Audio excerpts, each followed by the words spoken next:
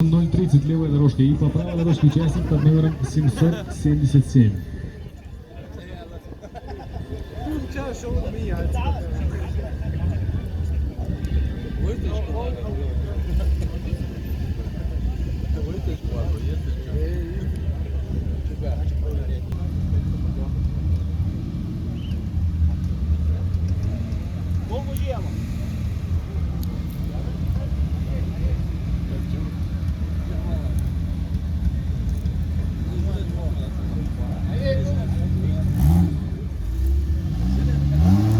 Так, у нас очередной заезд, левая дорожка.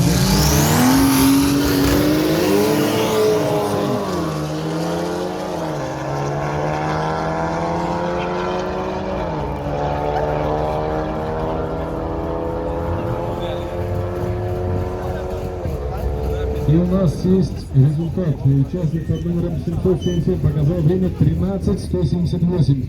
Второй участник под номером 0:30 показал время 13:954.